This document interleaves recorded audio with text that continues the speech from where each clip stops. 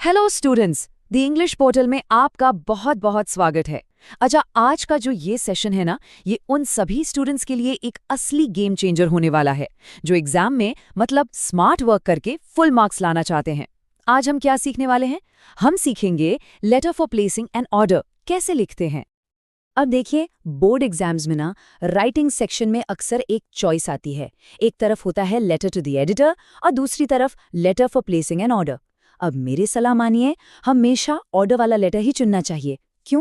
क्योंकि ये ना बहुत सेफ ऑप्शन है। इसमें गलतियां होने के चांसेस बहुत बहुत कम होते हैं और फॉर्मेट के जो मार्क्स है ना, वो तो पक्के ही समझो। तो आज हम करने क्या वाले हैं, चलिए फटाफट देख लेते हैं। चलिए अब आते हैं हमारे आज के सवाल पर। ये जो सिचुएशन है ना, ये बहुत ही करंट है, बहुत जरूरी है। तो चलिए इस एग्जाम क्वेश्चन को जरा डीकंस्ट्रक्ट करते हैं, मतलब टुकड़ों में समझते हैं। तो सवाल ये कहता है कि आपका नाम है विमल, या अगर आप लड़की हैं तो विमला, और आप रहते हैं गाजियाबाद में।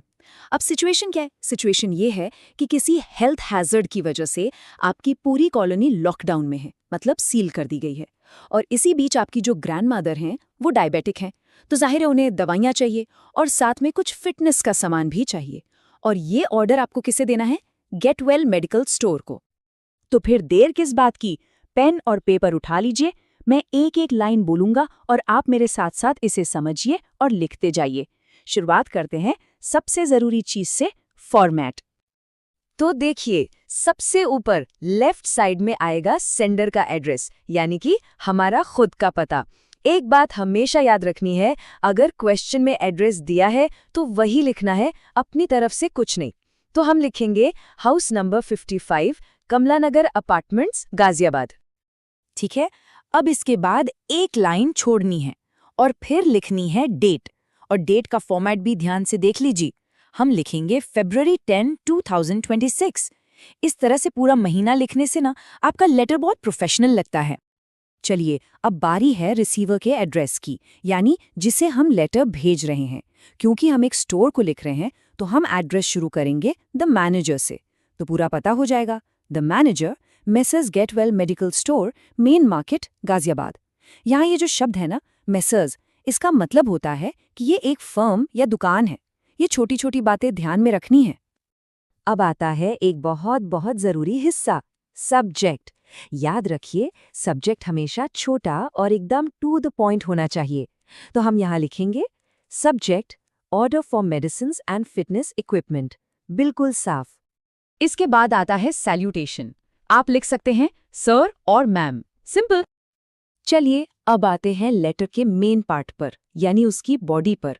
और इसे समझने के लिए हम इसे 3 छोटे छोटे पैराग्राफ्स में डिवाइड कर लेंगे। तो पहला पैराग्राफ है इंट्रोडक्शन का। इसमें हम सीधे सीधे बताएंगे कि हम ये ऑर्डर क्यों दे रहे हैं।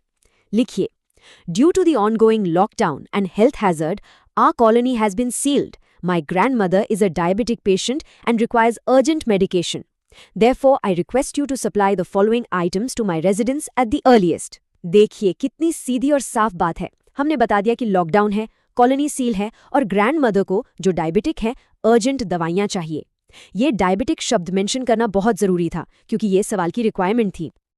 अब आता है दूसरा और सबसे जरूरी पैराग्राफ, आइटम्स की लिस्ट। और यहाँ एक बात गांठ बांध लीजिए, ऑर्डर लेटर में लिस्ट हमेशा एक टेबल में बनानी है। अगर आपने पैराग्राफ में लिख दिया तो मार्क्स कट सकते हैं।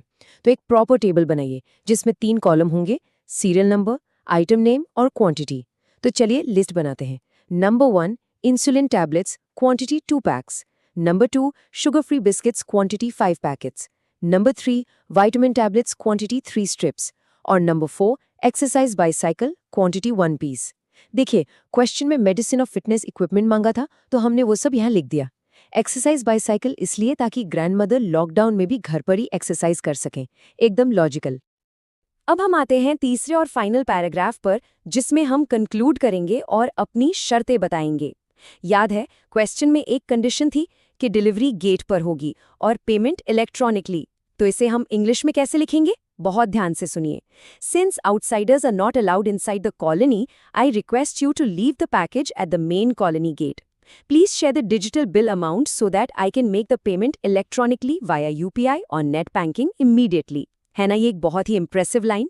इससे पता चलता है कि आप कितने जिम्मेदार हैं, आपने सेफ्टी रूल्स भी फॉलो किए और पेमेंट का मॉडर्न तरीका यूपीआई या नेट बैंकिंग वो भी बता दिया। एग्जामिनर पर इसका बहुत अच्छा असर पड़ेगा। बस हमारा लेटर लगभग पूरा हो गया है। अब बस इसे सही तरीके से फिनिश करना है। और हाँ, मेरी एक प्रो टिप भी बाकी है। अब क्लोजिंग की बारी। हम एक अच्छी सी लाइन लिखेंगे जैसे looking forward to a prompt delivery, मतलब हम उम्मीद करते हैं कि डिलीवरी जल्दी होगी। इसके ठीक नीचे आएगा योर्स फेथफुली। याद रखिए ये एक बिजनेस लेटर है, तो यहाँ फेथफुली ही सबसे बेस्ट वर्ड है। सिंसियरली या लविंगली मत लिख देना। और सबसे आखिर में आपका नाम जो क्वेश्चन में दिया था, विमल। तो लीजिए ये हो गया आपका एक परफेक्ट लेटर। लेकिन रुकिए, जैसा मैंने वादा किया था, अब वक्त है प्रो टिप का। जब भी आप कोई ऑर्डर लेटर लिखें, खासकर खाने पीने या दवाइयों का, तो बॉडी के आखिर में ये लाइन जरूर जोड़ें, please ensure that the items are fresh and in good condition. ये एक छोटी सी लाइन आपके लेटर को एकदम प्रोफेशनल बना देगी और दिखाएगी कि आप कितने केयरफुल हैं।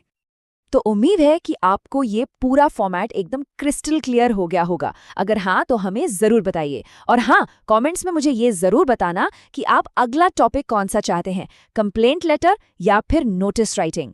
जिसकी ज़्यादा डिमांड होगी अगला सेशन उसी पर होगा। और अगर अभी तक द इंग्लिश पोर्टल को सब्सक्राइब नहीं किया है तो फटाफट कर लीजिए। अपनी तैयारी में लगे रहिए।